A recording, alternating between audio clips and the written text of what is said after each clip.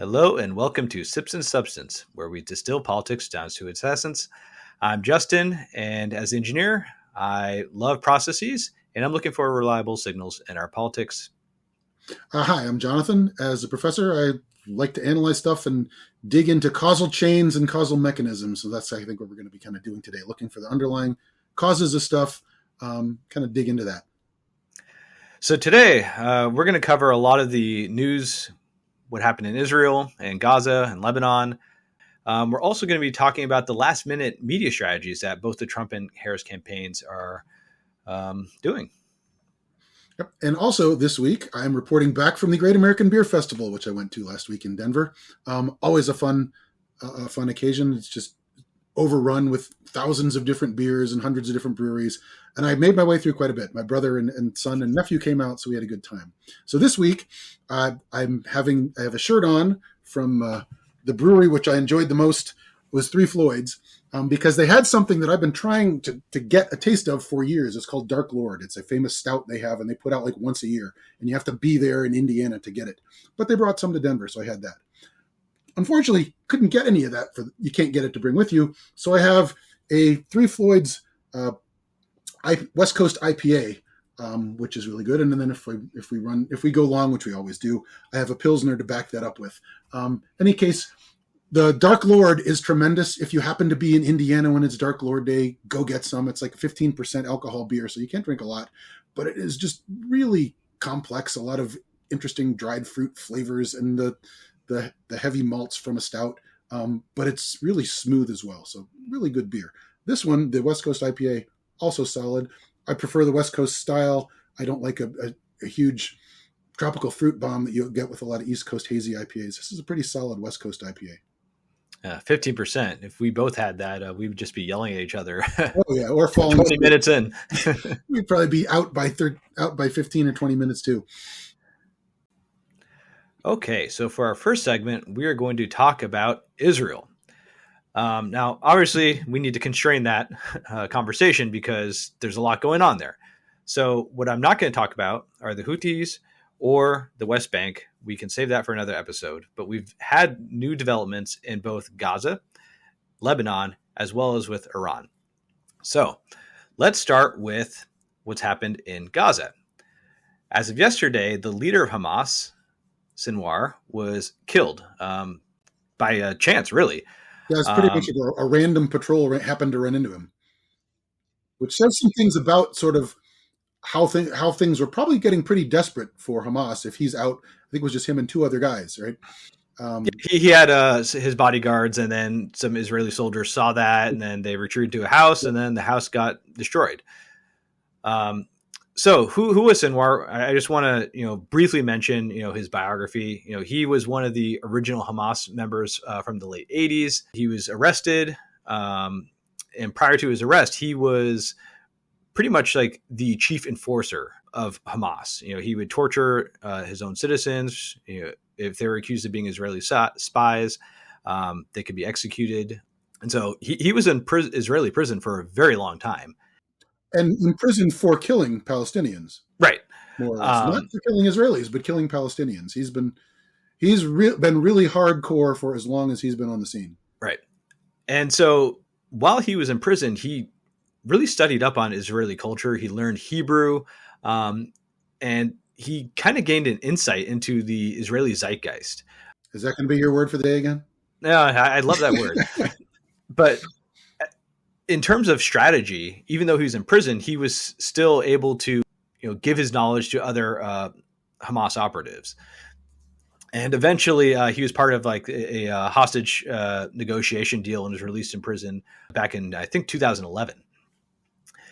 So I found that really interesting, right? He was gone for some pretty major events, like the Second Intifada, the peace talks with Arafat. He's just not there. He's in prison, but he's still. And who also when the Israelis pulled out of Gaza, right? And when Hamas took over Gaza, he's just not physically there, but his strategic presence is there. And so, yeah, he eventually became a leader of Hamas in Gaza, and he's the architect of the October 7th attack. A really cold, calculating guy. I think he was willing to sacrifice hundreds of thousands of Palestinians for the cause. And what else is there to say, right? Just one horrible person.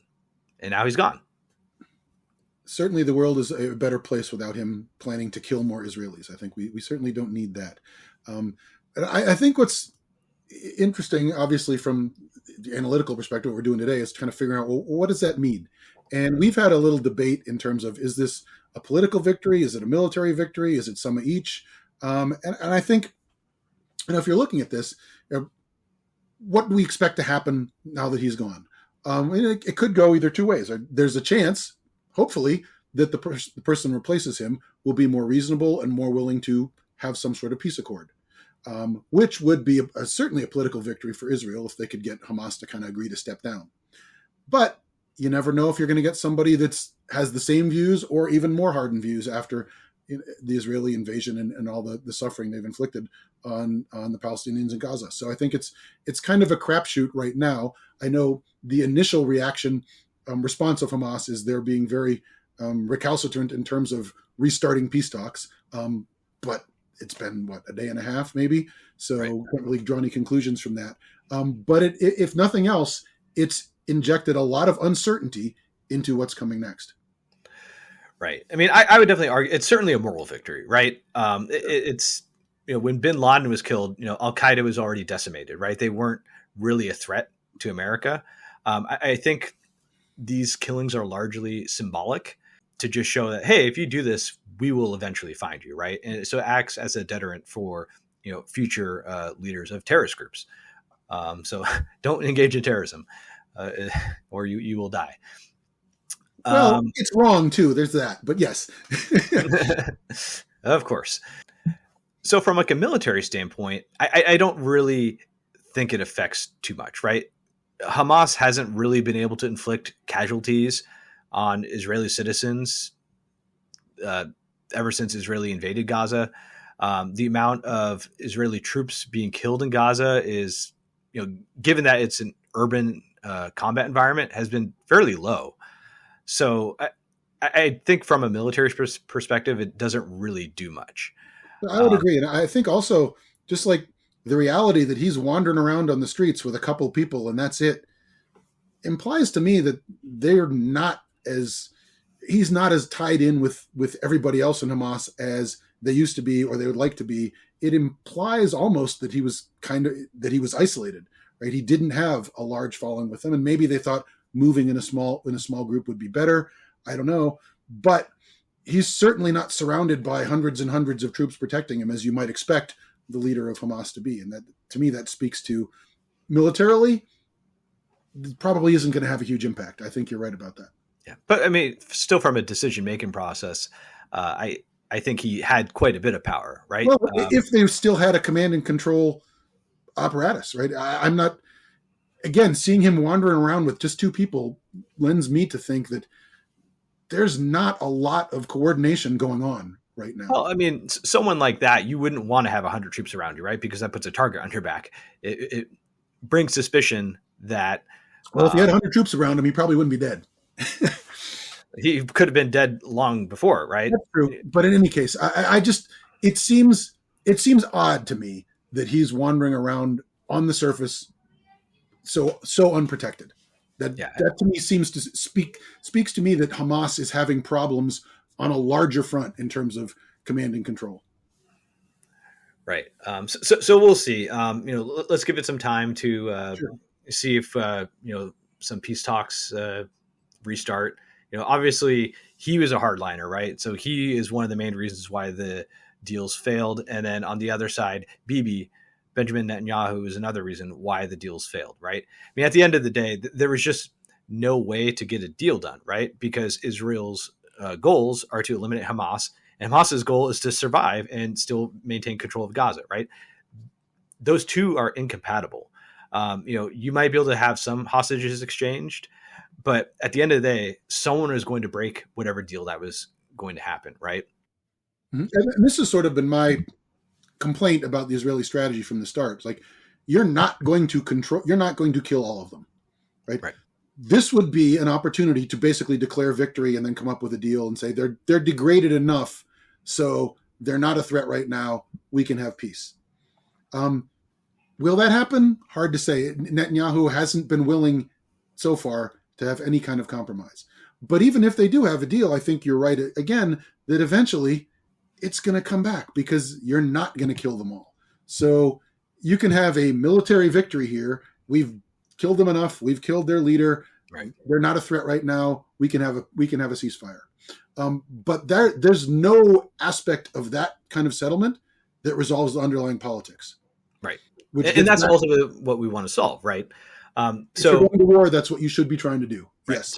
So both Harris and Biden, they really want to use this as an inflection point to say, all right, let's get a ceasefire, right? There have been far too many people killed. And it's true. There's been 40,000, at least 40,000 known people killed from what I had last read. People are malnourished. Medicine's hard to come by. So what I find interesting, though, is, Harris came out with a statement yesterday, and she says the Hamas threat to Israel must be eliminated and Israel is to be secure. That was point one. Point two is that the hostages are to be released. Point three is that the suffering in Gaza ends and that the Palestinians have self-determination. And point four is Hamas can't be in power. And, to me, all those things sound great, right?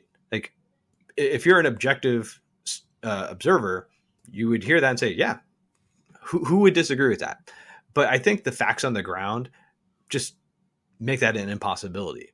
I just don't see any world where Hamas just relinquishes power, right? And if Hamas doesn't relinquish power, then more people in Gaza are going to die. And so at some point, we just have to be honest with ourselves and say, hey, maybe Hamas does stay in power to some degree, right? If we're going to get a ceasefire. Well, as I said from the beginning, I just said a minute ago, they're not going to kill all of Hamas. There will be some survivors. So they've got to figure out what kind of guarantees would make that acceptable for Israel, right? Is it bringing in people from the West Bank, the Fatah faction, that's enough of them and give them enough support that they can handle and control these Hamas types? That's a possibility. You've mentioned, and we've talked about before, as sort of a multinational, possibly Arab peacekeeping force to go in there and control Hamas. But as you're saying, Hamas isn't going to just go away, right? And as long as Netanyahu has these maximalist goals of we're going to destroy all of Hamas, there won't be peace, right? Because that maximalist goal certainly doesn't fit with any kind of reality. You're not going to kill them all. You just can't. No, it never happens. And so this would be a great time to have a political offensive, but it'd be necessary for him to come off of the maximalist, we're going to kill them all, because you're just not. Right.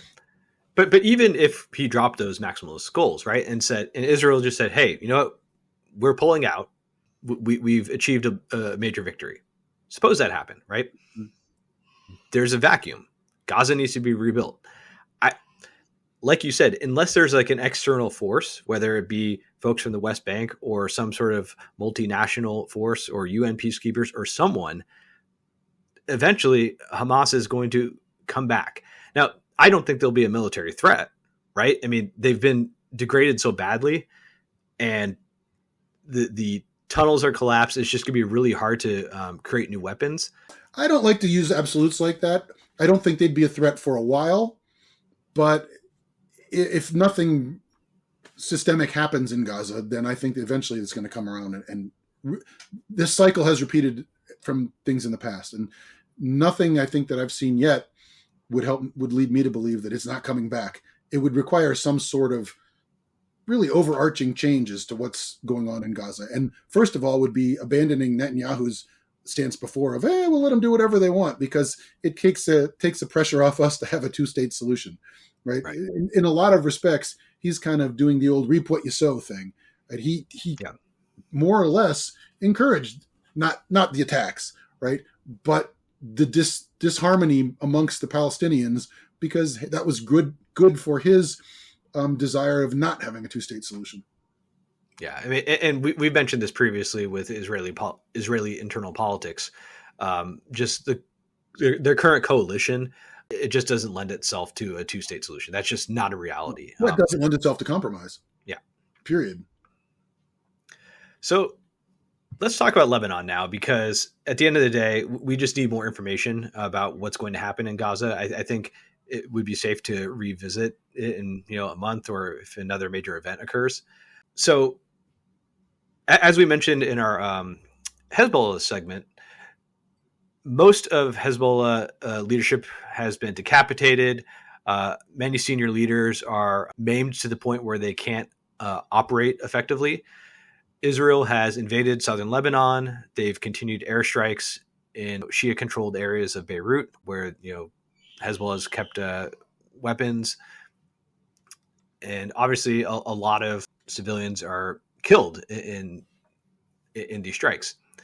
What is new, though, is the UN peacekeepers have been kind of caught in the middle of the fighting. So we know that the UN peacekeepers are supposed to be there to ensure that Hezbollah disarms. Obviously, they've been completely ineffective, but that doesn't mean that they shouldn't be there, right? They're mandated to be there. So now Israel's point of view is that, well, you're not doing the job, so you need to get out of the way so that we can do the job. And I think from like an international perspective, that just isn't going to fly, right? Many people in the world can view the situation in Gaza as an internal struggle. There aren't too many external actors, right? Whereas in Lebanon, there are a lot of external actors. Not only do you have Iran and Syria interested in what happens in Lebanon, but France and Italy, as well as several other countries, have troops there, right? And so if those troops get caught in the crossfire, and we actually have instances where a lot of the peacekeeper infrastructure has been targeted. Yeah, in some instances where it's not so much crossfire as the Israelis are actually shooting at them, and so it seems. I think another big difference I think that we need to point out in terms of reaction is, like, it's hard to argue that the Israeli, at least the onset of the Israeli invasion of Gaza, was not self-defense. The Palestinians attacked, and then the Israelis are trying to destroy these people who are attacking them, right? But that's not really what happened in Lebanon, right? There's sort of low-level conflict for a long time, and the Israelis have decided, you know what? Since we're dealing with the Palestinians in Gaza, let's go attack our enemies in Lebanon as well, right? That's harder, I think, to justify internationally. We're attacking them, right? And they're making, they're threatening us, and they've done this and they've done that. And it's like, that's fine, but you're invading them. And that's a tougher sell. I think you're correct. Worldwide, to say we had to do this now, right? Why not last year? Why not next year? Why do you have to do this now? And I'm going to get back on the same hobby horse I've been on, is like, what are you really trying to accomplish here, right? I still don't see a political goal that they're trying to accomplish other than we're going to try to destroy and degrade as many of their forces and kill as many of their fighters and blow up as many of their rockets as we can, right? It's right. All, again, sort of a strategy of tactics, to fall back on that. Right. We talked about the other day. And I just don't see how they're going to end this and how they're going to ensure when they have ended it that it stays successful. Right. I think you're exactly correct about that. It is a strategy of tactics. And tactically, they're doing very well. The amount of casualties that Hezbollah is racking up and the amount of military infrastructure destroyed is quite high. And the cost to the Israeli military has been fairly low. There have been several deaths, of course, but it's quite disproportionate because the Israelis are so effective. And I think the way the Biden administration is handling this, they were initially very reluctant to support Israel invading Lebanon, right? Because to them, they're like, you're just going to be bogged down, right? We saw what happened in 2006, before, right? And earlier, we've seen it a number of times. Things tend not to go so well when Israel invades Lebanon. But now that they've had so much military success, many people in the administration are like, what else can we do? How else can we help you, right? Because at the end of the day, Hezbollah is an enemy of America too, right? They have American blood on their hands. So I find that really interesting that you get this really incoherent messaging because of this military success. And I really think it undermines American credibility there. Well, I mean, I think it's not unusual in terms of how countries react in war. I'm going to encourage all of you to go out and read a really old book by a German officer from the Napoleonic times. Right? If you haven't ever read Clausewitz on war, it's a great book. But one of his great interesting points is that war is hard to end. They get momentum of their own, and it's hard to know if you don't have a good strategy with clearly defined political goals when you should stop.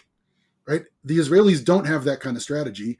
And what is victory? What does victory in Lebanon look like? I don't think that they could define it to you. I think the only thing Netanyahu would say is, well, if we destroy Hezbollah. And again, that's completely unrealistic. That's not going to happen either. So how do you know when you've done enough? And the momentum is, things are going well right now. People have a tendency to keep going, not knowing if they've gone too far, not knowing if they've done what they needed to do. And without a really coherent strategy, who knows? Yeah, but I think the Biden administration is taking advantage of this opportunity, right? A degraded Hezbollah. Mm-hmm. So the former leader, Nasrallah, he prevented a Lebanese president from being seated. I think the office has been vacant for over 2 years now. And so the administration is basically working with other Gulf states and Arab partners to try and make this happen, right? To provide some more stability for Lebanon and to also increase the potency of the Lebanese army. Because at the end of the day, Hezbollah is the strongest fighting force in Lebanon. They are stronger than the Lebanese army. And so with a degraded Hezbollah, maybe you can get that political victory, but it's not going to be because of Israel, at least from a political standpoint. Obviously, Israel is setting up the environment and facts on the ground from their military victories, but from a diplomatic standpoint, they just don't have the soft power to accomplish this set, whereas America, I think, does. People in Lebanon aren't going to listen to Israel's choice for president of Lebanon. So we'll see what happens there. Maybe it's the hopeless romantic in me in terms of like world order, but I would really like this to happen, to have some stability in Lebanon, because they've been through so much, as we referenced in our last podcast. It was a very unfortunately, long right? War. They've been unstable longer than you've been alive. Right? Yeah. So I'm not overly optimistic. Right.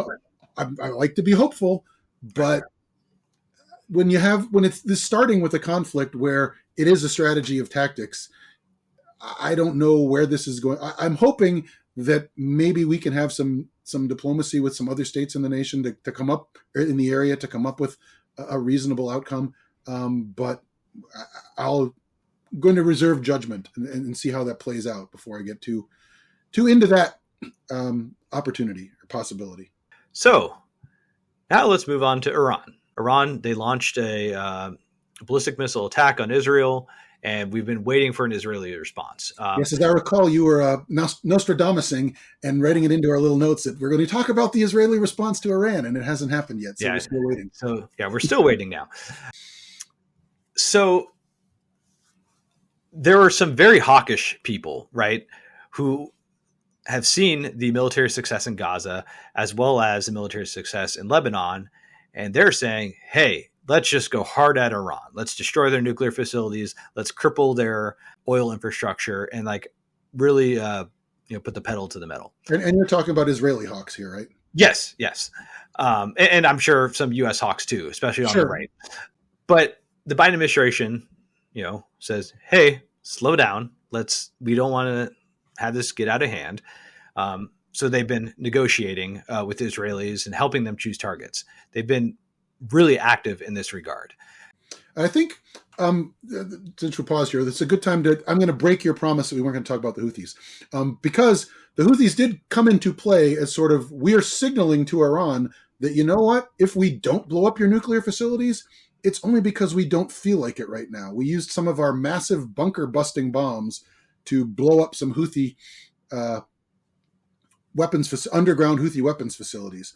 And we had to fly these bombs over on B-2 stealth bombers, which are based in Missouri. So this was a serious effort we took to demonstrate to the Iranians we have these capabilities, and we're going to show you that we're fine with using it.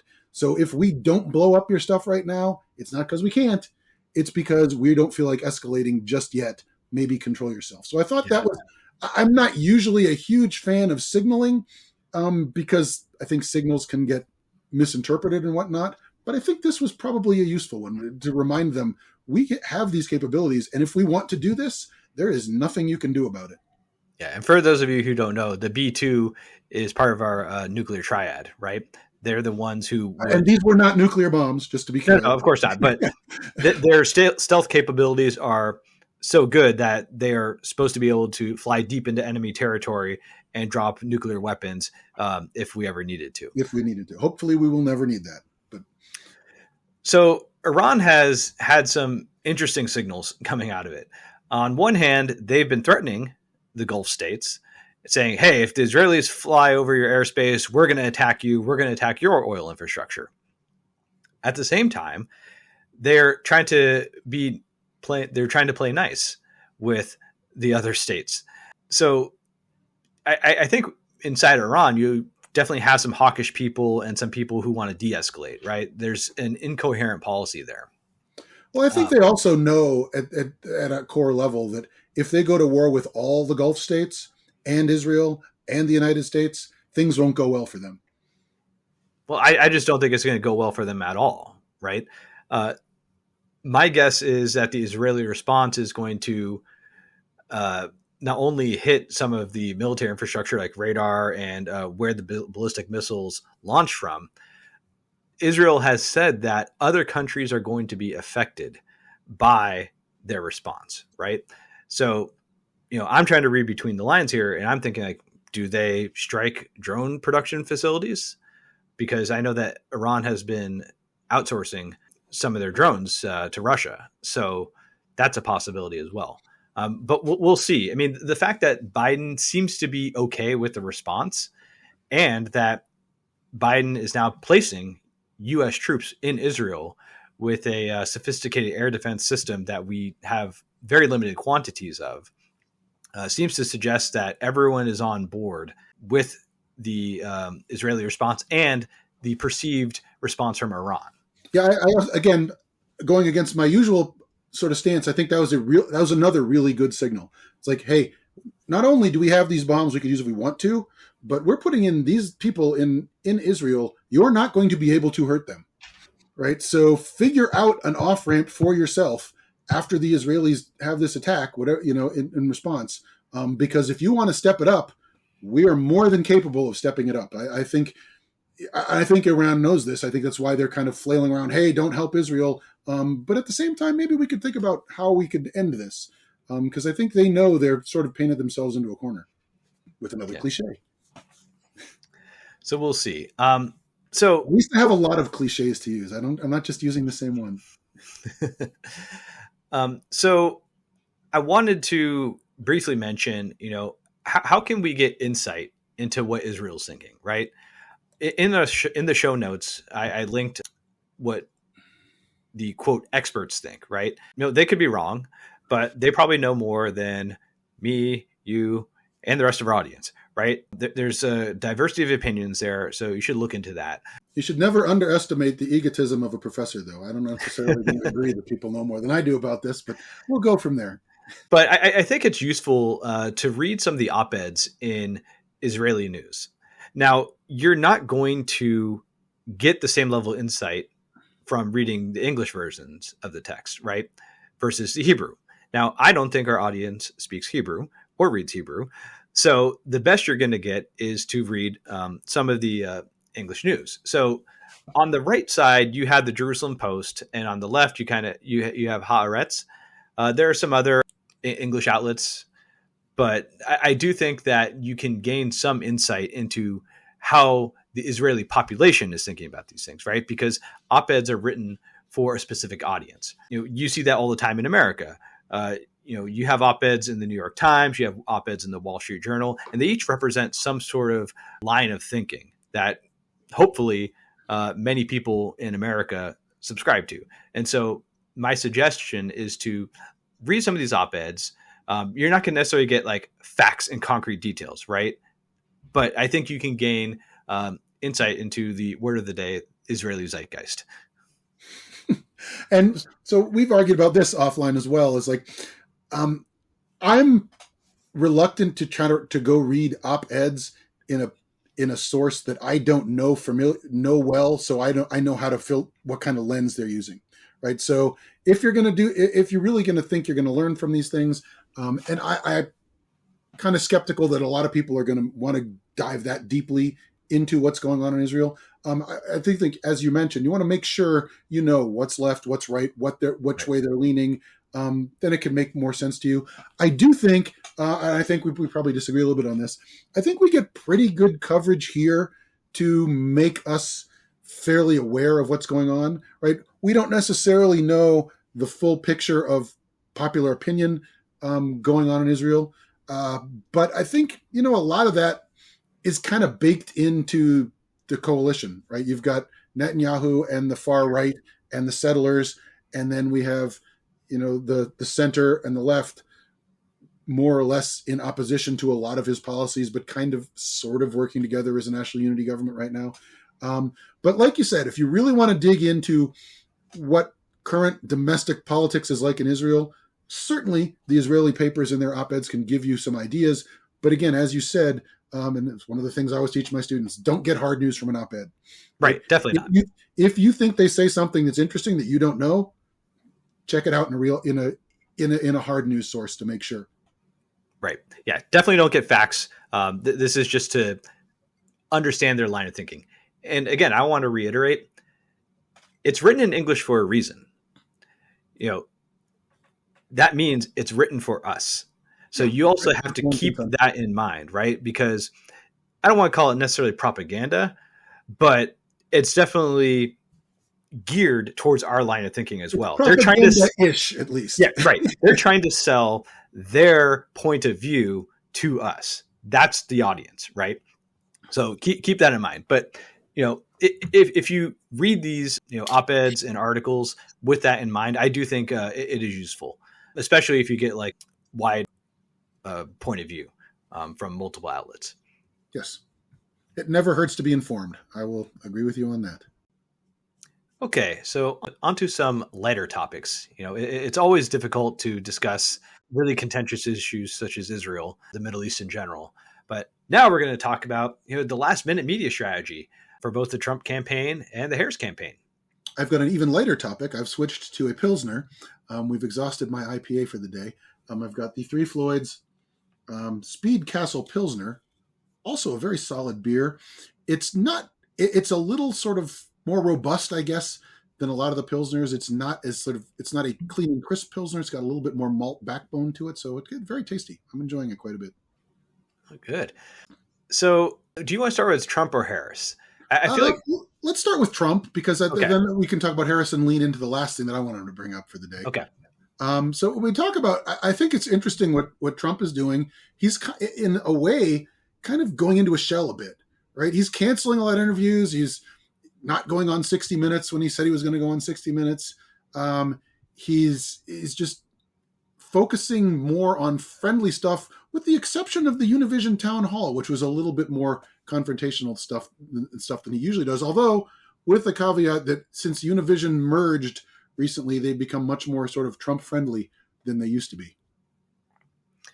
Well, I guess maybe they know their audience, right? Well, they know what their owner wants them to talk about. Sure. But I think the reality is that, Trump does appeal to a large segment of Hispanic Americans. He does, but it's still the majority of Hispanics oppose Trump. Sure. It's just not as large of a majority, and that's the problem for Harris. Right. And I know that over the past couple of weeks, Trump's done several podcasts. He's sat down with the Wall Street Journal, trying to defend his tariff policies. And frankly, it hasn't gone over very well, right? Yeah, and he sat down with the Bloomberg guy.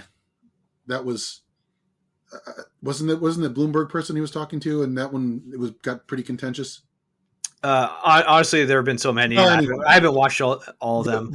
The real reporters that he speaks to, things don't tend not to go as well. Right. And then he had that town hall with Kristi Noem that had some strange behavior due to, I guess, some people in the audience fainted. And so he just said, hey, no one wants to listen to my Watch question. me So, dance. yeah, watch me dance. Okay.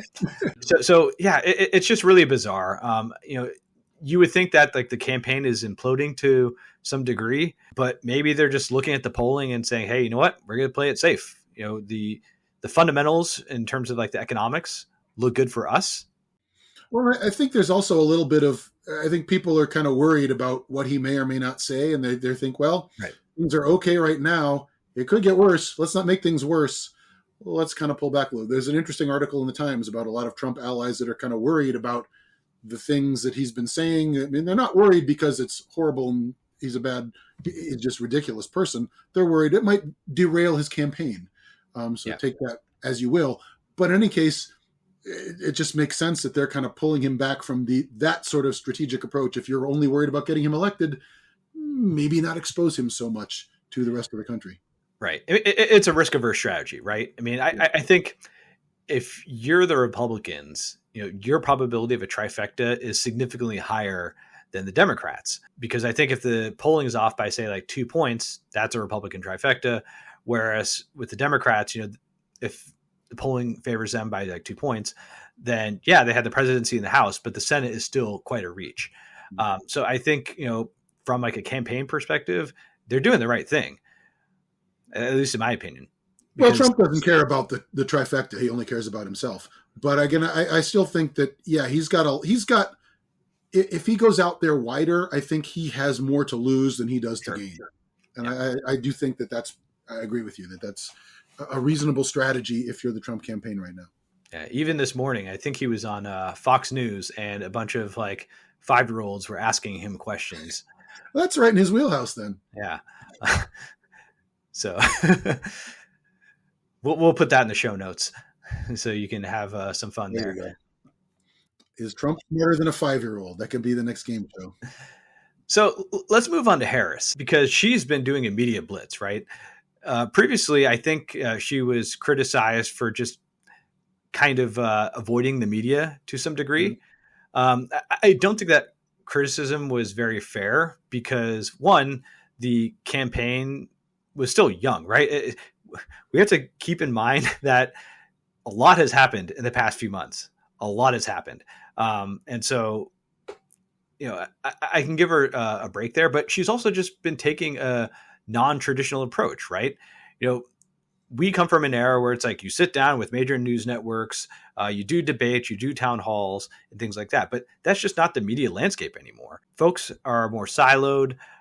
They're listening to podcasts that have very specific audiences. So the strategy is to maximize your reach, but you do that by going on, say Howard Stern or God help us. Yeah. So she was criticized by some for going on a podcast called Call Her Daddy. I've never heard of this before, but apparently it's the 4th largest podcast in America. So, apparently we're out of touch, Justin. We are. We're getting old, and you know what? That's okay, right? Campaigns should adapt, and we're just here for the ride, I guess. And then she was on the Breakfast Club with Charlemagne the God, and that's a very popular podcast among the I have heard of him. I know who he is, so apparently we're not quite dead yet. But yeah, like you said, she's been doing a very non-traditional kind of approach, but she's been branching out a little bit lately, right? She was on the 60 Minutes for the big interview. Right. She was on The View, which is much more traditional kind of thing. So she's trying to get out more, trying to make the case more, and she's kind of, in some ways, next cliche, taking the gloves off a bit, right? She's agreed that she's called Donald Trump a fascist. She's attacking him more directly, which is probably useful at this point in time. I don't know how useful the name calling is, but kind of calling him out for the differences and really highlighting those things, I think is definitely useful. I still think it doesn't puzzle me. It's a little annoying that she's still getting flack for, she doesn't have great answers to this and she doesn't have great answers to that. When you think about the answers that the person she's running against is giving, it's just like, okay, well, he says, red and blue make 3. And she doesn't have a complex enough answer for what she's going to do different than Joe Biden. It's just it's not a serious complaint from the people that are complaining. No, it's not. Look, the grading system that both candidates are under, it's unfair towards Harris, right? Trump is graded on a curve, but that's a reality, right? Yep. And so politics is perception. But the so she media has to does, deal with this. the mainstream media, like CNN, has these what she's not giving this answer, she's not doing that. She's like, again, he's saying red and blue make 3, so let's kind of compare these things. Yeah, but I mean, like, at the same time, I feel like some of the answers where it's like, what would you do different than the Biden administration? I understand that she's the vice president, so maybe it's just like an impossible scenario, right? Actually, he gave the best answer to that was Joe Biden gave a good answer to that the other day. Is like, obviously, it's not going to be continuation of my presidency. I did a lot of things different than Obama, but I'm not going to say that while I'm vice president, because your job as vice president is to be loyal. So yeah. I thought that's exactly the answer she should give, and just be done with it. Yeah. I thought but really it's also kind of a cop out, right? People want to know what. Yeah, sure, because you're running for the future. You should tell the American people what the future is, or what you want it to be, right? And so when you say, like, she's doing some of that, I mean, on the View, she said that there's no daylight between her and Biden, which obviously is not true, right? No, because she has to say it. Right, but she has to say that. That's what Biden was saying. She has to say that, but her policies are really going to be different. If you look at them, you can see a fair enough. Some of them continue, some of them differ. I don't think, if that's your objection to her, it's not a serious objection. You're just looking for an excuse not to vote for her. No, that I agree with that statement. But I still feel like she should have some answer, right? Like, the Biden administration has not. Let's say that. The Biden administration, for instance, has not, say, legalized marijuana. She could say, I support marijuana legalization. She could say, right, but she could say that is a different thing I support. Mm-hmm. She could also say something along the lines of, well, under the Biden administration, we got these drugs to be covered by Medicare. I want these drugs to be also covered, right?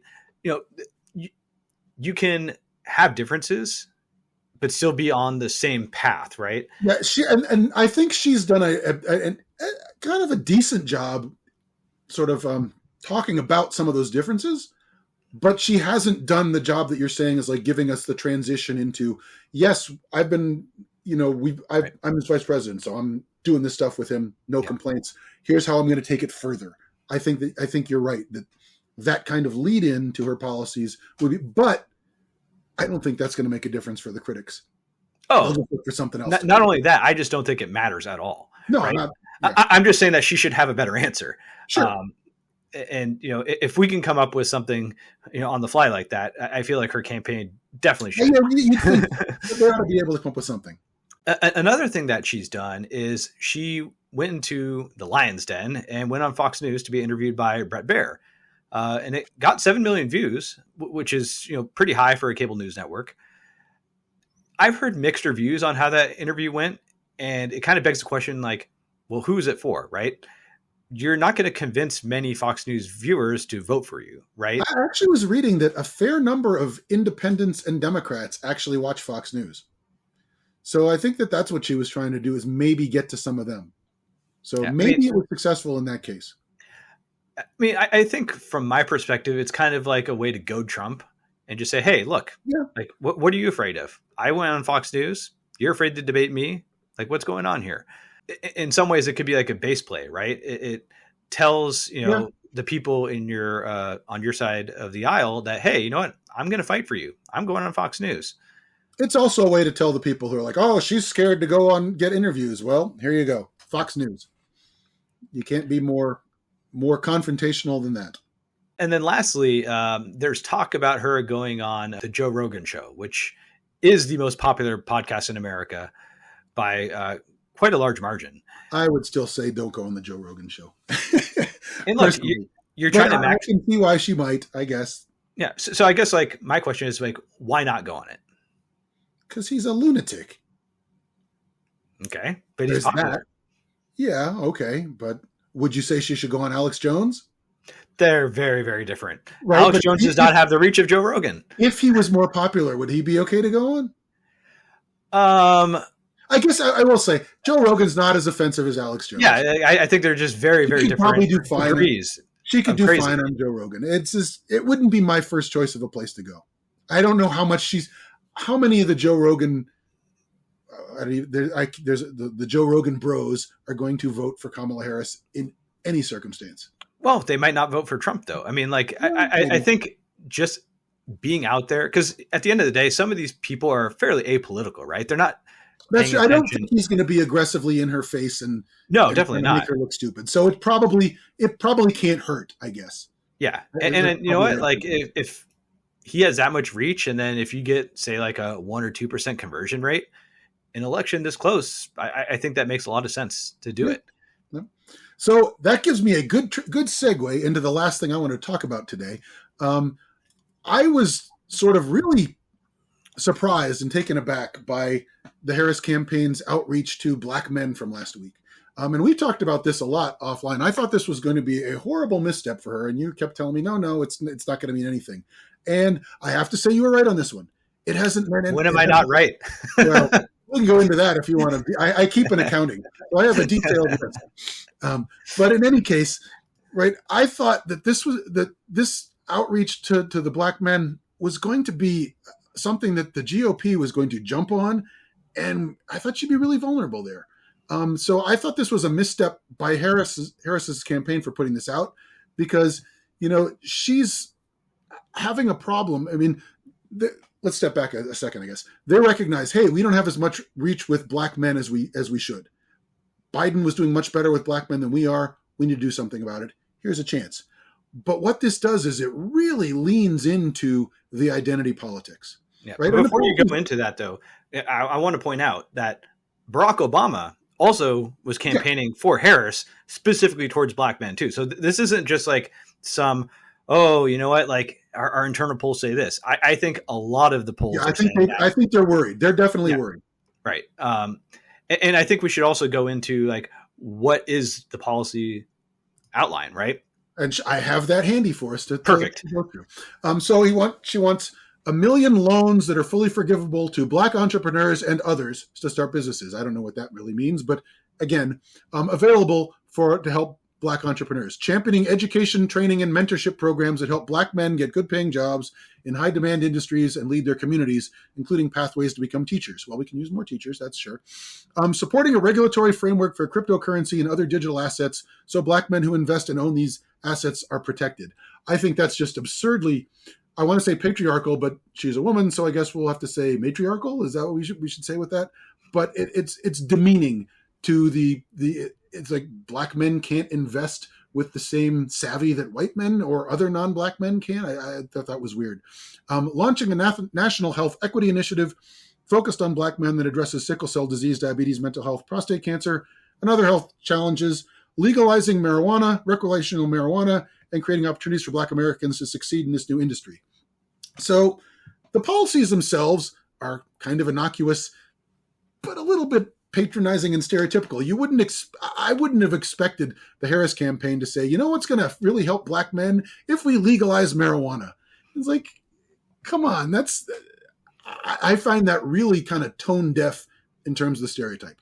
But the real issue I have is not so much the patriarchy/matriarchy/ coddling approach that it seems to imply black men need and they're not capable of handling themselves, which I think is just weird coming from that campaign. But it really sets you up as, hey, you know what? We're going to lean into this identity politics. And if I'm the GOP, I'm like, hey, this is a gift, right? We talk about she's for them and Trump's for us. And we've been doing this with really going after the transgender folks. But now we can show, hey, we have the black president wants to really support black men. And if I were in charge of the GOP, I'd be like, hey, you know what? This slogan kind of writes itself. This is Black Men Matter. And this means you, Hispanic men, you don't matter. White men, you don't matter. Asian men, you don't matter. It's to me, it's needlessly kind of dividing when everything she's been talking about is sort of big tent pulling everyone in. And I really, really thought, I was arguing this all week with you, that the GOP was going to pursue this vulnerability. And there's a lot of ways you could do this. And yet they didn't. Right. I think on its face, right? Like I don't think you're wrong where this is basically saying like black men matter, right? But that doesn't necessarily mean the other ones don't matter. As we all know, but the GOP could certainly spin it that way, right? That's my looking at these, 5 policies, 4 of them really have nothing to do with black men. It's like they just put the phrase black men in there, and that's my point too. It's like these policies, you can replace black men with Hispanic men or like white women. You can come up with any combination, and it would just be the same thing, right? But the GOP has not let facts get in the way of a good political spin. And this, I mean, suppose they say, "Hey, you know what? This is actually reparations. It's backdoor reparations. She's doing reparations for black men at your expense." Right? That would be another great, to me, not horrible, but an effective line of attack from the GOP that they just didn't even think about. Yeah. So my pushback to that was, well, Trump also has a policy allegedly catered towards black men. This is nothing new, right?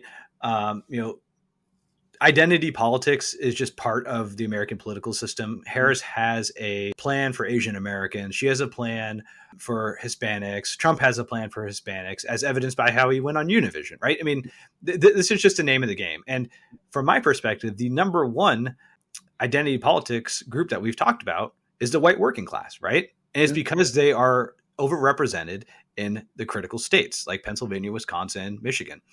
And so to me, I was just like, you know what? Like, yeah, like initially you could come up with an ad that like says that sort of thing, that turns this policy into something divisive, but it's just gonna be forgettable because I know that Obama has done this. I know Bill Clinton did this. I know Hillary Clinton did this, and I know Biden did this, right? I mean, Biden said that he was going to appoint a black woman to the Supreme Court.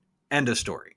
And Biden really made it part of his campaign through the infrastructure bill to try and address some of these systemic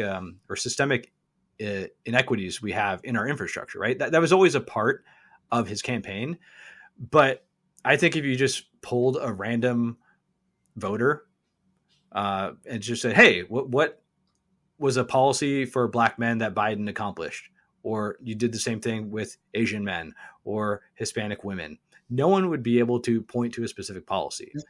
Right. And so that was always my argument, that it's like, yeah, I could see this being spun in a negative way, but at the end of the day, there are just so many other issues, abortion, immigration, inflation, that this would just be almost like a waste of money. Like the amount of time it would take to come up with an ad to do this, it just wouldn't be worth it because you're trying to drive home all your other messages. Again, so my counter argument is that there is some percentage of undecided voters out there. Yes. Right? And their number one issue they always report is the economy. Yeah. Right? And more of those undecided voters are not black men than are black men. Yes. So if you can spin a sort of sub campaign that, hey, her economic focus is black men, you can go screw. You're not a black man. This is not what the policy is. But the GOP could, and the Trump campaign could, spin it that way. I'm glad they're not, right? Because I still think it could be an effective approach for them. And I'm surprised they didn't even try. I mean, if you try and it doesn't work, there's really nothing lost. They've got plenty of money from Elon Musk and his folks right now.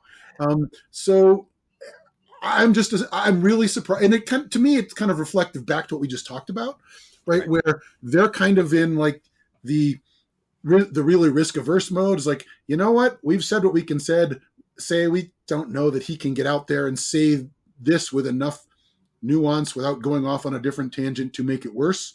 So we could swing at it, but we'll let it go. And I honestly still think that she's fortunate that they haven't tried to go after her for this, because I think it could be effective. Yeah, I mean, maybe they're just, as you said, risk averse because they have PTSD from when Trump was interviewed by The uh, black report, or when he's up there, where's my black man? It's like, oh my god. yeah, Like, he said that Kamala Harris decided to be black recently. I mean, like they could just be, you know what? He's not going to be able to pull this off. We're not going yeah, to I be could able to see pull this that. off. I could see that, and And I think because I do think it is a vulnerability that they didn't need to give him. sure. But they're also just, you know what, we're letting it go. Yeah. So, to conclude, from the media strategy standpoint, it just seems like Harris is trying to do maximize reach. She's identified certain vulnerabilities in her campaign, and she's reaching out to them, whether it's Yeah, young black men or Gen Z who aren't as politically engaged. And then Trump, he's trying to get more Hispanics to vote for him, and he's also trying to take a risk averse strategy. yeah. His campaign doesn't want him to screw things up, and she's trying to get out. I think her campaign, she could be a little more artful about it. I wouldn't mind seeing that. But I think the general idea to try to appeal to the people on the fence is a good idea. I don't think Trump has it in him. Fortunately, I think hopefully that will make a difference for the Democratic side. Well, I think that wraps things up for the week for us. I think next week we're planning to talk about Congress, the race for the House, unless things really kind of go sideways in the world. You never know. And until then, right, have a good week, and we'll probably see you next week with different shirts. We probably won't have the same black uniform as we do this week. All right. Thanks for listening. Bye bye. Bye bye.